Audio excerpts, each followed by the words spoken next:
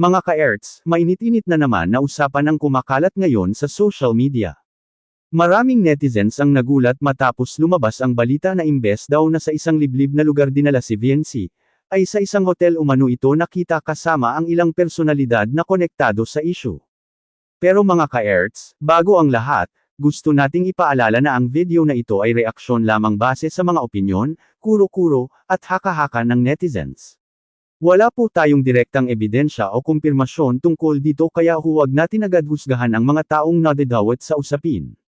Ngayon, himayin natin kung bakit biglang uminit ang balitang ito at bakit maraming tao ang tila hindi makapaniwala sa mga kumakalat na kwento online. Sa totoo lang mga ka-erts, nagsimula ang lahat matapos may ilang netizens na naglabas umano ng cryptic posts at blind items tungkol kay VNC. Ang sabi ng iba, may nakakita raw sa kanya na papasok sa isang hotel kasama ang ilang tao at dito nagsimulang mabuo ang samut-saring kwento. Ang mas lalong nagpaliyab sa usapan, may ilang vloggers at content creators na agad gumawa ng sariling interpretasyon. Syempre alam naman natin sa social media, kapag may isang issue na sumabog, mabilis itong lalaki kahit minsan kulang pa sa detalye. Ang tanong ngayon ng marami, bakit hotel? Bakit hindi sa sinasabing liblib na lugar na unang kumalat sa tsismis? May mga netizens tuloy na nagsasabing baka raw mali ang unang impormasyon at may ibang nangyayari sa likod ng kamera na hindi alam ng publiko. May ilan namang nagsasabi na baka ordinaryong meeting lamang iyon o simpleng pahinga. Pero alam naman natin mga ka-erts, kapag sikat o kilala ka sa social media, bawat kilos mo binibigyan agad ng kahulugan ng tao. Kahit simpleng pagpunta mo sa isang lugar, nagiging malaking kontrobersya. Ang nakakagulat pa rito, may mga taong agad naniwala kahit wala namang malinaw na ebidensya. Doon makikita kung gaano kalakas ang impluwensya ng social media ngayon. Isang post lang, isang larawan lang, o isang screenshot, pwede nang gumawa ng sariling kwento ang netizens. Pero eto ha mga ka-erts, may ilan ding supporters ni VNC ang agad nagtanggol sa kanya. Ayon sa kanila, unfair daw na hinuhusgahan agad ang isang tao base lang sa tsismis. Sabi pa ng iba, baka raw may project, event, o personal na dahilan kung bakit nasa hotel siya. Hindi naman porket hotel agad ay may masamang ibig sabihin na. Totoo naman iyon diba? Kasi minsan, masyado nang mabilis manghusga ang mga tao online. Kaya importante pa rin talaga na marinig muna ang totoong side bago tayo gumawa ng conclusion. Habang tumatagal, mas lalo pang umiinit ang comment section. Ang iba galit na galit, ang iba naman natatawa na lang sa dami ng haka-haka.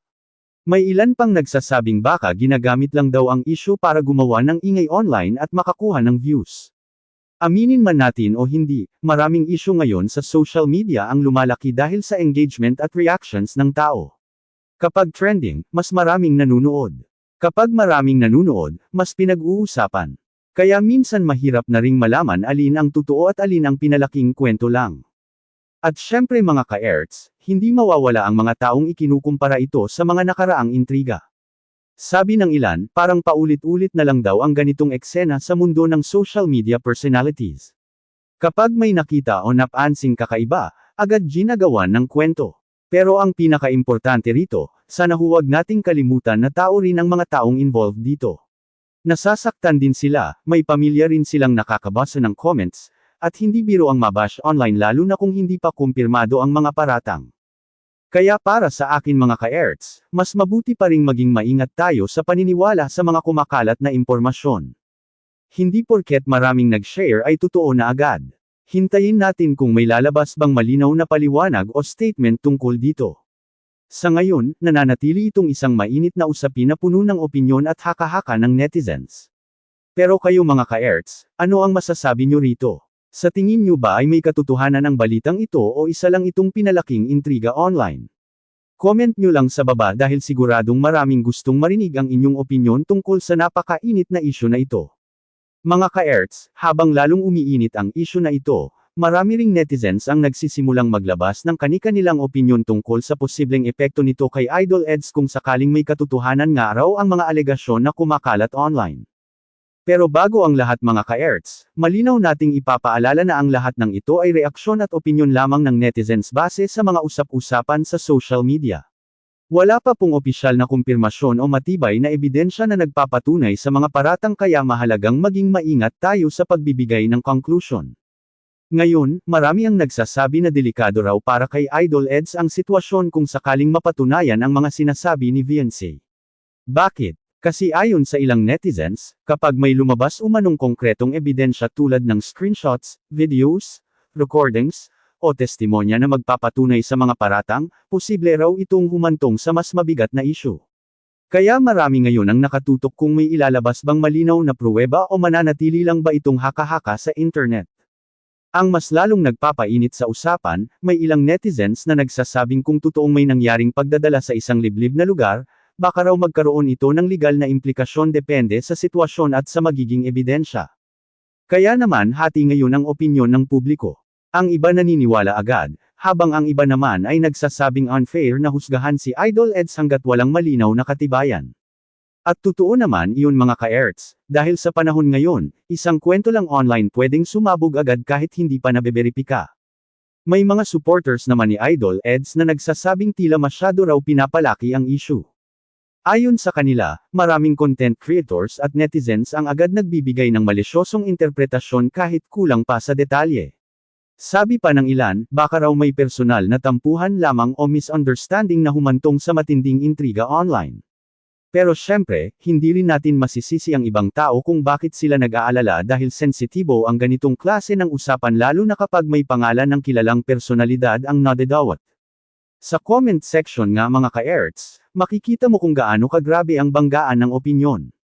Ang iba sinasabing, kung walang tinatago, bakit hindi magsalita? Habang ang iba naman ay nananawagan na hintayin muna ang buong katotohanan bago magbato ng masasakit na salita. At dito natin makikita kung gaano kahirap ang sitwasyon para sa mga taong involved dahil kahit wala pang pinal na katotohanan, marami nang humuhusga sa social media. Meron ding ilang netizens na nagsasabing dapat maging maingat si Viancy sa kanyang mga pahayag lalo na kung seryoso ang mga paratang. Dahil kapag walang sapat na ebidensya, posible rin daw itong magdulot ng mas malaking gulo sa magkabilang panig. Kaya ngayon, maraming tao ang naghihintay kung may magsasalita ba ng direkta tungkol sa isyu o kung mananatili na lang itong palaisipan sa publiko. At alam nyo mga ka-erts, dito rin pumapasok ang responsibilidad nating mga viewers at content creators.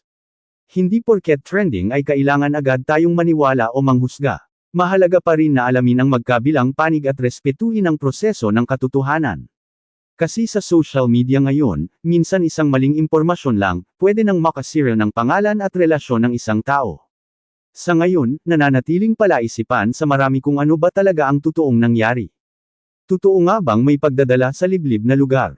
O isa lang ba itong isyong pinalaki ng social media? At kung sakaling may lumabas na ebidensya, ano kaya ang magiging epekto nito kay Idol Eds at sa mga taong nadadamay sa kontrobersya? Kayo mga ka-erts, ano ang masasabi nyo rito? Dapat bang hintayin muna ang buong katotohanan bago humusga, o may punto rin ba ang mga netizens na nag-aalala sa mga kumakalat na kwento online? Mga ka-erts, heto na nga ang mas lalo pang ikinagulat ng maraming netizens. Ayon sa mga bagong usap-usapan online, tila hindi na raw itutuloy ng kampo ni Viancy ang balak na pagpapatawag sa barangay dahil gusto na raw nilang matapos ang isyu at mawala na ang sakit sa ulo ng magkabilang panig. Pero dahil dito, lalong umugang ang reaksyon ng publiko. Marami ang nagtatanong, bakit ngayon pa umatras kung kailan sobrang laki na ng naging epekto ng isyu sa social media? Kaya naman sari-saring komento ang bumaha online at marami ang tila nalito sa biglang pagbabago ng direksyon ng usapin. Pero mga ka-erts, paalala lang ulit natin na ang lahat ng ito ay base lamang sa mga opinyon at reaksyon ng netizens sa social media. Wala pa ring opisyal na pahayag na kumukumpleto sa buong detalye ng isyu kaya mahalagang maging maingat tayo sa ating mga sinasabi at pinaniniwalaan online. Ngayon, marami ang nagsasabing, damage has been done, na raw dahil napakalaki na ng naging epekto ng kontrobersyang ito sa pangalan ng mga taong involved. Ang iba nga, hindi makapaniwala dahil noong una ay tila seryoso raw ang mga banat at plano ng kampo ni Viancy. May mga netizens pang nagsasabing umabot na sa punto na nais daw nilang idulog ang usapin sa mga mas malalaking platform gaya ng kay Raffy Tulfo upang mailabas ang kanilang panig. Kaya ngayon, maraming tao ang nagtatanong kung bakit tila biglang gustong pahupain ang isyu matapos itong lumaki ng todo sa internet. May ilan pang netizens na sobrang emosyonal ang naging reaksyon. Sabi nila, kung totoong ayaw na palang ituloy ang reklamo o barang ayan, bakit pa raw pinahaba ang isyu at pinadaan pa sa social media? Dahil ayon sa kanila, hindi biro ang epekto nito sa reputasyon ng mga taong nadawit. Ang iba naman, nagsasabing baka napagod na lamang ang magkabilang panig sa sobrang toxic na sitwasyon online. Alam naman natin mga ka-erts, kapag araw-araw ka ng laman ng issue at intriga, nakakapagod din yun mentally at emotionally. Habang tumatagal, mas lalo pang naghahati ang opinyon ng netizens. Ang iba kampi kay VNC at nagsasabing may karapatan siyang magsalita kung may pinagdadaanan siya. Pero meron ding kampi kina Kuya Val at Idol Eds na naniniwalang nasira na raw ang pangalan ng kanilang kampo dahil sa mga alegasyong kumalat online kahit wala pang malinaw na katibayan. Kaya ngayon, maraming supporters ang humihiling na sana raw ay tapusin na ang gulo at ayusin na lang ng pribado kung ano man ang hindi pagkakaintindihan. At dito rin makikita mga ka-erts kung gaano kabilis lumaki ang isang issue sa social media. Isang post lang, isang salita lang, pwede nang umabot sa milyon-milyong tao. Pero kapag hamupa na ang issue, minsan mahirap nang ibalik ang dating tingin ng publiko sa mga taong nadawit. Kaya may mga netizens na nagsasabing sana raw ay pinag-isipan munang mabuti bago inilabas sa publiko ang ganitong klaseng kontrobersya. Sa huli mga ka-erts, ang pinakamahalaga pa rin ay ang katotohanan at ang pagkakaroon ng respeto sa bawat panig. Hindi natin alam ang buong kwento kaya hindi rin tama na agad tayong manghusga base lamang sa mga naririnig natin online.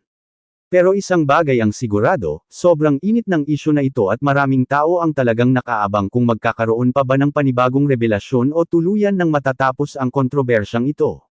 Maraming salamat mga ka-erts sa inyong panunood at pakikisabay sa ating mainit na reaction video ngayong araw. Huwag kalimutang mag-comment ng inyong opinyon ng may respeto at huwag ding kalimutang mag-like, share, at subscribe para lagi kayong updated sa mga maiinit na balita at intriga online.